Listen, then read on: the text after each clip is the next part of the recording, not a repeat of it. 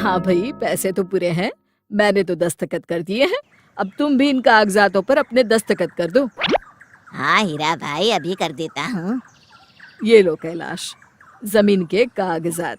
आज से मेरे खेत के मालिक तुम हुए। अच्छा हीरा भाई, अब मैं चलता हूँ। फिर कैलाश जमीन के कागजात लेकर वहां से चला जाता है। तभी अंदर से हीरालाल की पत्नी वहां आती है और हीरालाल से कहती है, वाह जी वाह, आपने तो आज कमाल कर दिया। आखिरकार उस मनहूस जमीन से हमें छुटकारा मिल ही गया। हीरालाल मुस्कुराकर कहता है, तुम बिल्कुल सही कहती हो भाग्यवान। वो जमीन तो मेरी जान का जंजाल बन गई थी। अच्छा हुआ ये बेवकूफ कैलाश मुझे मिल गया और मैंने ये जमीन इसके पल्ले बांध दी। रात को खाना खाते समय कैलाश की पत्नी उससे पूछती है, क्यों जी, तुमने जो खेत खरीदे हैं वो कैसे हैं? वहाँ की जमीन कैसी है? अरे भाग्यवान, जमीन तो बहुत अच्छी है। मैं पूरे दावे से कहता हूँ, अगर उस पर सही तरीके से खेती की जाए तो वो सोना उगलेगी, सोना। भगवान करे आपकी बात सच निकले और हमारे बुरे दिन जल्द ही खत्म हो जाए। फिर अगले दिन कैलाश खेतों पर पहुंचता है। फिर शाम तक काम करने के बाद कैलाश अपना सारा सामान उसी पेड़ के नीचे छोड़कर अपने घर लौट जाता है। फिर अगले दिन कैलाश खेतों पर पहुंचता है। कैलाश ये देखकर हैरान हो जाता है कि उस पेड़ के नीचे से उसके द्वारा छोड़े गए सारे सामान गायब है। अरे भगवान, ये क्या हो गया?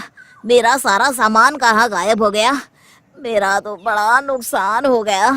रात को जरूर कोई चोर यहाँ आकर सारा सामान उठा ले गया होगा। मुझे शहर जाकर फिर से सारा सामान लाना होगा। फिर कैलाश अगले दिन खेती के औजार और सामान वगैरह शहर से खरीद कर ले आता है और अपने खेत पर एक छोटी सी झोपड़ी बना लेता है। हाँ, अब ठीक है। मैं आराम से रात भर खेत में रुककर अपने सामान की रखवाली कर सकता हूँ। अब देखता हूँ कौन सा चोर आता है मेरा सामान चुराने। इस मोटे डंडे से उसकी अच्छी मरम्मत करूँगा। फिर कैलाश झोपड़ी के अंदर आराम से लेट जाता है। देखते ही देखते उसकी आंख लग जाती है। करीब आधी रात को एक तेज आवाज आती है और कैलाश की आंख खुल जाती है।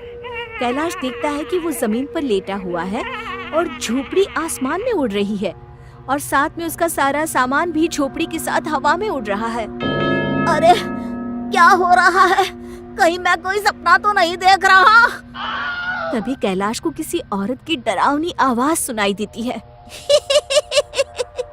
ये मेरा इलाका है, यहाँ इंसानों का आना मना है। जल्दी से भाग जा यहाँ से, वरना झोपड़ी के साथ तू भी हवा में उड़ता हुआ दिखाई देगा।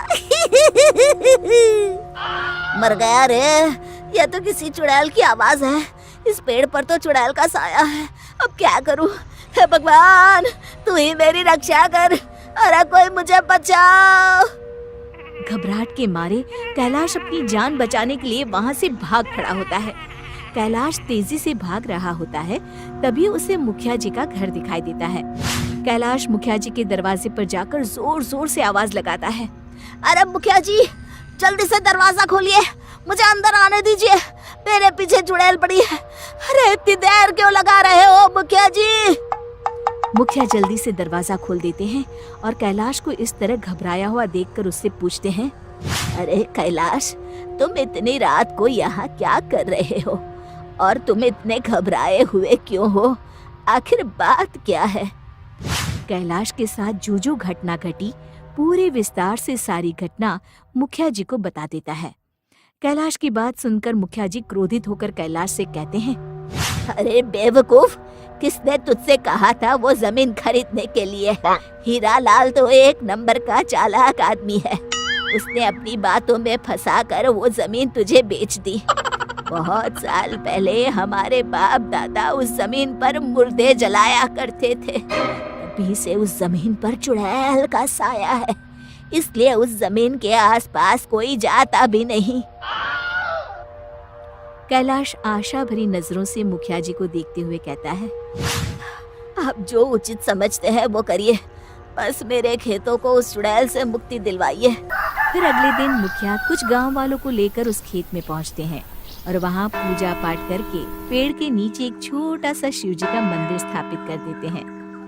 देख कैलाश, अब मंदिर स्थापित हो गया है। अब महादेव की कृपा से चुड़ैल तेरे खेत के आसपास भी नहीं भटकेगी। चलो अब हम सब यहाँ से चलते हैं। रात को चुड़ैल खेत के पास वापस आती है और जैसे ही चुड़ैल उस पेड़ के पास जाती है, अचानक उस पेड़ के आसपास एक तेज प्रकाश चमकने लगता है और चुड़ैल का शरीर जलने लगता है। ये क्या हो रहा है मुझे? तभी चुड़ैल की नजर पेड़ के नीचे बने शंकर जी के मंदिर पर पड़ती है। ये तो शिव जी का मंदिर है। इनकी शक्ति के सामने मैं नहीं टिक सकती। अगर मैं ज्यादा देर यहाँ रुकी तो जलकर राख हो जाऊंगी। मुझे अपनी जान बचाकर यहाँ से भाग जाना चाहिए। इसी में मेरी भलाई है। इस तरह शंकर भगवान की शक्ति से डरकर वो चुड़ैल हमेशा के लिए वहां से भाग जाती है। शिक्षा, बुराई पर सदा अच्छाई की ही जीत होती है।